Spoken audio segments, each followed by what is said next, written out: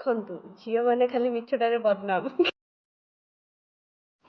High guys, ନମସ୍କାର, ଜୟ ଜଗନ୍ନାଥ। ଏବେ time ବାଜିଛି 8:30। ମୋର ଅଫିସ୍ ଟାଇମ୍ ହେଉଛି 9:30, 9:30ରୁ ଆସିବା କଥା। ମୋର 8:30ରେ ଆସିଛି। ଦେଖନ୍ତୁ ଅଫିସରେ କେହି ବି ନାହାନ୍ତି। ମୁଁ ବି ଲାଇଟ୍ ଅଳ୍ପ ଅନ୍ କରୁଛି। ୟାର କାହିଁକି ଜଲ୍ଦି ଆସିଛି ସେଇଟା ମୁଁ ଭିଡ଼ିଓ ଦେଖିଲେ ଆପଣମାନେ ଜାଣିବେ। ମୁଁ କିଛି ଲଗେଇବି ନାହିଁ। ମୁଁ ଏଇଠି ଯାଉଛି ଷ୍ଟାର୍ଟ କରିବି ମୋର ଲଗେଇବା। ଇଏ ଗୋଟେ ପିଲାଟା ଆସିଛି ମାନେ ଇଏ ମୋ ସହ ଆସିଲା।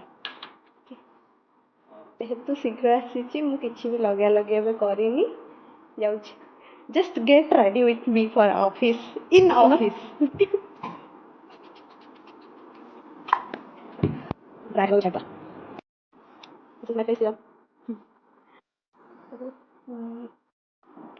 ମଶ୍ଚରାଇଜର ଏଟା ମୁଁ ସବୁବେଳେ ୟୁଜ୍ କରେ। ଖରାଦିନ ଶୀତଦିନ ସବୁଦିନ ଅଲ୍ ଟାଇମ୍ ଫେଭରାଇଟ୍। ମଶ୍ଚରାଇଜର ସରିଗଲା ଏବେ ସନସ୍କ୍ରିନ୍ ଟାଇମ୍।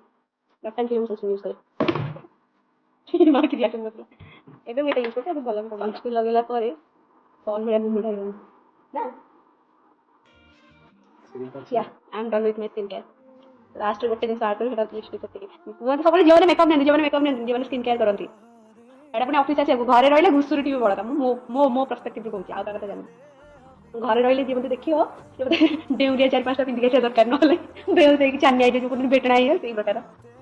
ନା ବିବାହ ଦେଖିଛି ମତେ ଆମ ଘରେ, କିନ୍ତୁ ଭାଗ୍ୟ ଭଲ ବ୍ରାହ୍ମଣ ଲୋକ ନା ଟିକେ ବଞ୍ଚିକି ଆସିଛି ହେରି।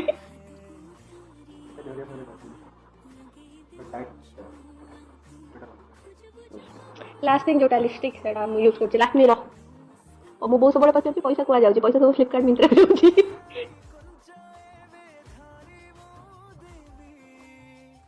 Now I'm totally ready for office. ଆଉ ଖାଲି ଗୋଟେ ରହିଲା, ଚୁଟିଟା ଶୁଖିଗଲେ ପୁରା ହେଇଯିବି ତ ଆଉ। ମୋର ଯୋଉଟା ସବୁଠୁ ଭଲ ଜିନିଷ ସେଇଟା ହେଉଛି ମୋ ବିନ୍ଦି। ମୁଁ ଆଜି ଗୋଟେ ଛାଡ଼ିକି ଆସିଛି ଏଠି ଘରେ। କେମିତି ଦେଖାଯାଉଛି? ଭଲ ଦେଖାଯାଉଛି। ସେଲ୍ଫ ଅବସେସ୍ଡ। ବାଏ। ମୁଁ ଏବେ ଷ୍ଟେସନରେ ବସିଛି। ଯେହେତୁ ଆପଣମାନେ ଜାଣିଥିବେ ମୁଁ ଆଜି ଅର୍ଲି ଲଗ୍ଇନ୍ କରିଥିଲି, ମୁଁ ଅର୍ଲି ଲଗ୍ ଆଉଟ୍ କରିଦେଇଛି ଆଜି 5ଟାରୁ। କୋଉଥିପାଇଁ ଯାଉଛି ତାର ବି ବହୁତ ରିଜନ୍ ଅଛି। ସେଇଟା ମୁଁ ମୋ ଗାଁକୁ ଯାଉଛି, ଗାଁ ନାଇଁ ଗାଁର ଜଷ୍ଟ ପାଖ। ଆଉ ବହୁତ ଦିନରୁ ମାନେ 4 ବର୍ଷ ପରେ ମାନେ 3 ବର୍ଷ ଭେଟ ହେବାକୁ ଯାଉଛି। ଆପଣ ବ୍ଲଗ୍ କଣ୍ଟିନ୍ୟୁ କଲେ ହିଁ ଦେଖିପାରିବେ ମୁଁ କୋଉଥିପାଇଁ ଯାଉଛି। ବାଏ।